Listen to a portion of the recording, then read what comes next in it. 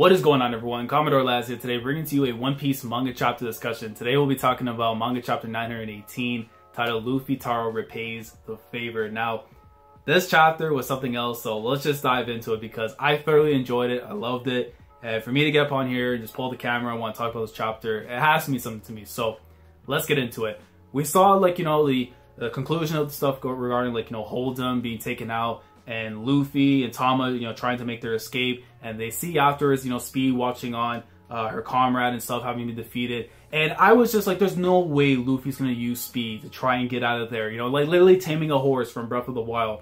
And Luffy and Tama going on top of Speed, and Speed's like, yo, well, who's doing this? Like, who's on my back and stuff? She has the hearts and everything, and Tama using her dango to pretty much control Speed, which I thought was pretty interesting because for me, at least, it tells me that not only is she able to control, the animals and stuff, like she did with, the monkey, and then Kamitaro, I think the guy's name is, the dog-looking beast, that she's able to also control Smile Dough for users because of the fact that they are half human and half animals. So because of that, she's able to control those people. And I was just like, holy shit, that's actually pretty damn cool that she can actually do that. It makes me think that that dango might come into play later on. Maybe if there's a supply of these dango that they have, and they need to try and, subdue or control some of these, Smile Dough for users to kind of weaken things in terms of Kaido's troops, his crew and stuff. I think that would be very interesting. So I really like that. And then kind of them, Tama afterwards, looking at Luffy, and then, man, my heart was hitting me, man, because when she said, you're reminding me of Ace, that panel with Luffy after, the after effect of him making the attack, and then Ace holding the fire. I don't know what it is. I loved it. My heart was just yo, and she doesn't even know the fact that they're brothers, okay? So when she finds out that detail, in her mind, it's oh, it makes sense. You know what I mean? So it makes me more excited to see exactly when that, that reveal is going to be, said to her, because that's my brother and stuff. I can't wait for that. And then, from there, we segue afterwards, and I gotta put respect on both men's name. Trafalgar D. Waterlaw versus Basil Hawkins. Look, I was rooting for Law, but I can't lie, man. Basil Hawkins, he impressed me. He was able to hold his own against Law. Again, Law really wasn't going in there with the intent to kill. So there, he was going to try and stop him. Because again, remember we were saying from last week, anyone who has information possibly on us, he's got to take care of. We got to take him out. But Hawkins was able to hold his own, and it also kind of says to me that this is very interesting with Hawkins. Is that now I kind of understand the way he operates when it comes to combat. Because for me, there's a lot of characters that we see that are usually on the offensive. Of course, Law was the one that was really on the offensive at the beginning. And Hawkins, kind of took the attack afterwards, right? And then again, ricocheting it back to one of his own people. It tells me that he's more a defensive person. The way he took the attack, he's analyzing exactly how his opponents work in terms of their combat. And then once he has an idea of how their powers work, how their own strategy is done, Hawkins goes in on the offensive, and he was able to hold his own. Especially, afterwards he was about to attack Law, pierce through his hat, Law bisecting all these people and stuff around him. You see all these body parts flying around. And then Law, as soon as he was going to go in for the strike afterwards, right? Hawkins comes in, deflects it, and then he says to him, I'm surprised, you saw through my disguise and everything, but look, I wasn't here trying to kill you, I'm a doctor after all. It's not in my, it's not in my resume to do that kind of stuff. And then, Hawkins is saying to him, I welcome you into Wano, but, I know for a fact you're not here for sightseeing. He knows for the fact that the Alliance is here from his, interaction with Luffy. And Law, man, he was yo, I came here peacefully. You remember when we saw him afterwards, right? He was lying down, leg crossed, hands behind his back and stuff. And then the second he finds out from Beppo that Luffy's there, trouble is already about to brew. And then all that trouble already happened, with Holden being knocked out. The report afterwards being sent out to Jack, so we know that Jack is going to come through. And I kind of want to save how exactly I can see Jack pulling up, whether it be in the next chapter or chapter after. So I'll leave it for that. But Law, of course, being upset. And then afterwards, you're seeing, I think it was Kamitaro. I could be butchering the name. But the dog-looking beast, bringing in the treasure of provisions. And then my boy Zoro on top. He's like, yo, make out of the way and stuff. They're running right through all the beast pirates. Law gets in there. He's like, yo, you bastard, what the hell? I told you not to do anything. And then he's like, oh, hey, what's going on, Law? It's the comedy I thought was great, man. And then, the fact that, they broke out of Akura, they were going into Okobore town of leftovers. I love to death the way that was all concluded. We saw, in the bottom half of that page, where we saw, one side, you had, these kids that were crying, and you know, this mother that had like a knife right towards her child's like chest. And then like I saw even on the side of that, there was like a rope there as well. So she was probably, you know, going to take her own life after killing her kid. And then you seeing that one person come in and saying, listen, you got to come outside. You're not going to believe what came in. And then the big panel afterwards where we got like the treasure ship of provisions come in. And these people who, like, this is what I love about it. You have all these people in Bakura Town, the merchants, the, you know, the Kaido's crew, the Orochi, all these other people. They're whining and dining like kings, first class, and everyone else literally is, you know, they gotta sell with the scraps. They gotta be with the poor. And to me, a reference, you know, to actual, like, you know, other things and stuff, is that Luffy, to me, in that one moment, essentially Luffy, Zoro, Kiku, and them were like Robin Hood. They stole from the rich to bring back to the poor. Like, it was just poetic justice, man. And then seeing on that other part of the panel, away from the big one afterwards, where all the people go from, you know, the right side of the panel being all like sad and depressed to then being happy because now they have something to enjoy and, you know, be happy about. And I really loved, you know, the change in direction in terms of the emotion and stuff, from one being of sadness and then switching over to happiness once Luffy and then brought the food, and then him bringing the water and saying like, now you got clean water. Again, talking about like the river and all the poisonous water and stuff because of what happened to Tama, her drinking the water, and then that one kid afterwards, you know, who had drank the water as well and now being sick. It was just really good, man. And then after that, you know, you get to see, like, you know, with HAWKINS and stuff afterwards, you know, with the report back to the other people what's going on. He had like a weird look to his face, so I don't know if it's to say that Jack already showed up, but he had like a weird look on his face afterwards, like, you know, what the hell, like.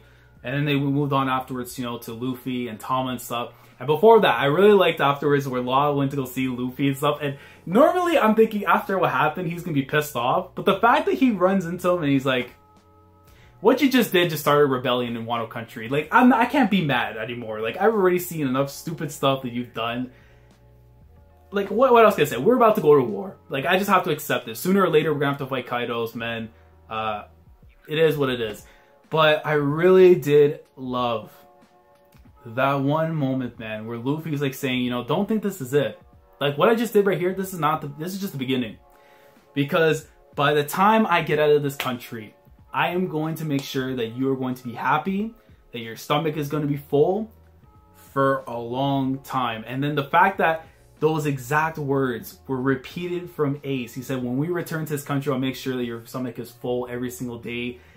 And when she put it like that in her mind and stuff, and then I'm just like, yo, and her crying and stuff, because to me, it's like, it's going to hit even more when that reveal happens of their brothers. That's why they're so alike and everything. So I really did love the stuff with Luffy and Tama. Like, you know, again, my daughter of the year, we don't talk about no Erie around here. Yo, that's my daughter of the year is for a fact Tama, man. You got to protect her. Someone come with the pliers, man. You got to knock them out. And then the last part of this chapter, the 7 ghosts, the unbelievable truth. Like to me, first and foremost, after going back and rereading the chapter, I have to say now that what we're probably going to be seeing most likely, and I had this discussion with my brother, we're talking about, you know, what possibilities we see from like these gravestones, which had like, you know, Oden in the middle, you had Momonosuke, Kanjuro, Raizo, Kinemon, and then you had like one for which it was an Urkuzuki one, which I assume is for the mom, and then the 2 retainers. For me personally, I do think if it's not going to be some other people, most likely those 2 retainers that we, you know, are referring to are most likely Inuarashi and Nekomamushi. I think those are probably the most likely ones, because going back to like chapter 818, or when they were talking about how Oden pretty much was, you know, boiled alive and stuff. You remember how all of them were crying, even Nekomamushi and Inuarashi. I'm more than certain that those retainers with the gravestones are most likely reference to them. And to me, it pretty much says that they faked their death to pretty much escape from Wano, because at that point, like, you know, if they were to be captured afterwards, they would be put to, you know, they would be put to the boiled. They would be boiled to death because of that.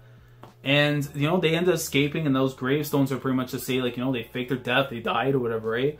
But again, the thing that, you know, Zoro was saying is that you're going to be pretty shocked by what you're going to see when we get to the, you know, the ruins of Oden's castle.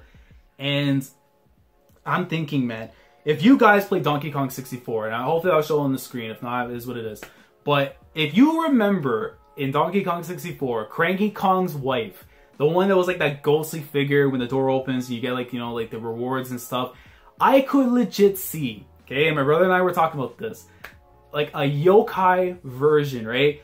Oden literally appearing in yokai form to greet Luffy and stuff, and like him just like freaking out that he's talking to a ghost, and then from there possibly learning about whatever the truth is.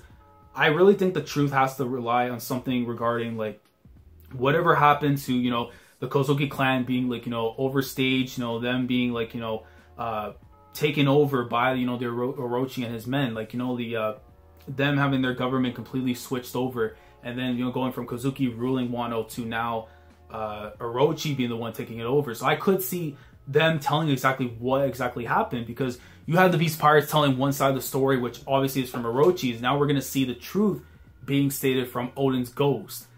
I don't know. People are saying that he could be alive or so, but I'm going to state the fact that he is dead. And it already was confirmed that he was dead, so he's going to be like in his yokai form telling what's going on.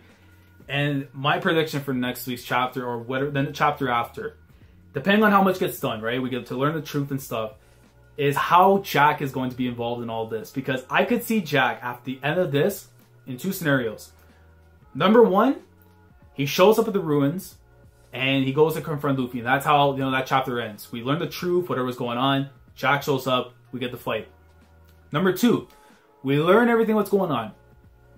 We find out that Commodore town has been laid to waste because of what Hawkins saw, because Jack showed up.